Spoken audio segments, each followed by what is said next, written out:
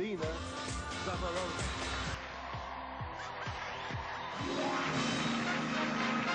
But for most of us, Lena Zavaroni was the child star who had come to represent the perils of finding fame so young.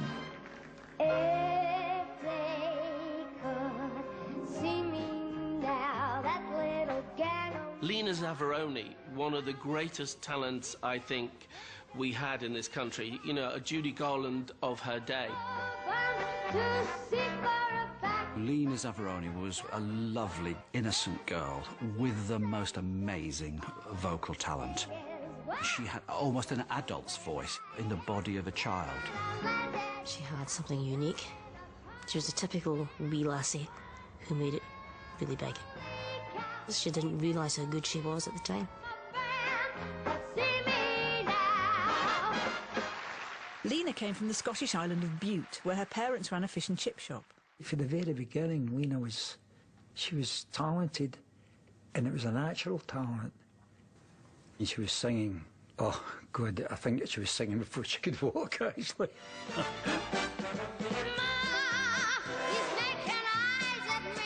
In 1974, a moment came along that was to change Lena's life forever when she made her first appearance on Opportunity Knocks.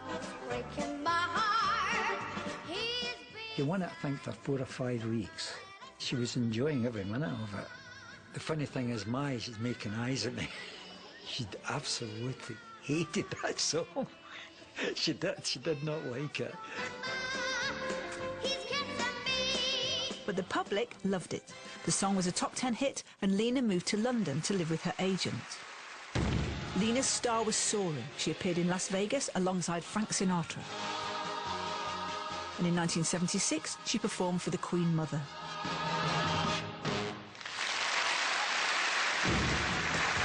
Two years later, 14-year-old Lena teamed up with Bonnie Langford to star in their own show.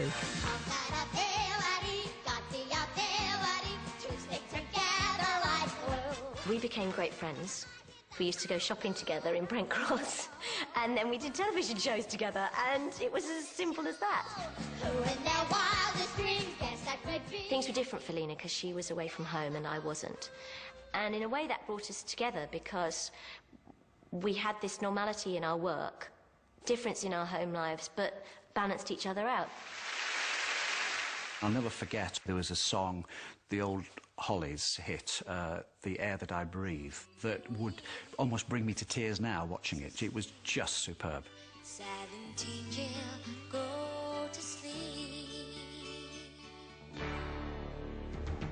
Sometimes all I need is the air that I breathe and to love you. I shall always remember Lena because she would win any talent show now. This was absolutely a supreme voice.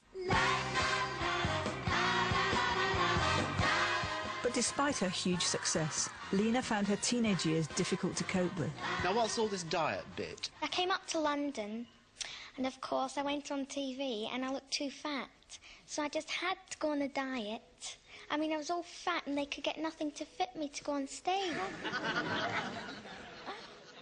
Lena was eventually diagnosed with anorexia nervosa. A lot of young people find it very difficult to grow up in any world, and we will all adopt different phobias or challenges in our lives. And for Lena, she decided that her strength and her control in her life was to not eat. In 1982, Lena's illness hit the headlines. Her health was deteriorating and her career had ground to a halt. But what was at the root of her anorexia? Was the pressure of being a star just too much for a child to bear? If I could use my hindsight and I thought that Lena was going to become anorexic, I would have never thought for a minute, no way I would think of putting her in show business. To hold the world together, make it happen. Lena Zavaroni never managed to overcome her anorexia or depression. In 1999, the nation's favourite child star died of pneumonia, aged just 35. The thing that saddens me about that is that people remember Lena Zavaroni more for her problem with anorexia than for her absolute talent, which was this brilliant, brilliant ability to sing and this wonderful voice. And it's a shame we can't hear it now.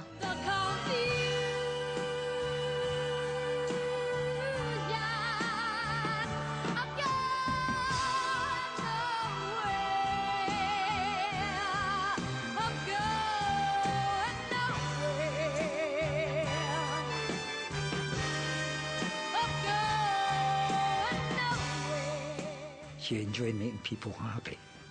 And I think that was one of her main points, you know, in her life, to make people happy and see them laughing and clapping and enjoying her performances.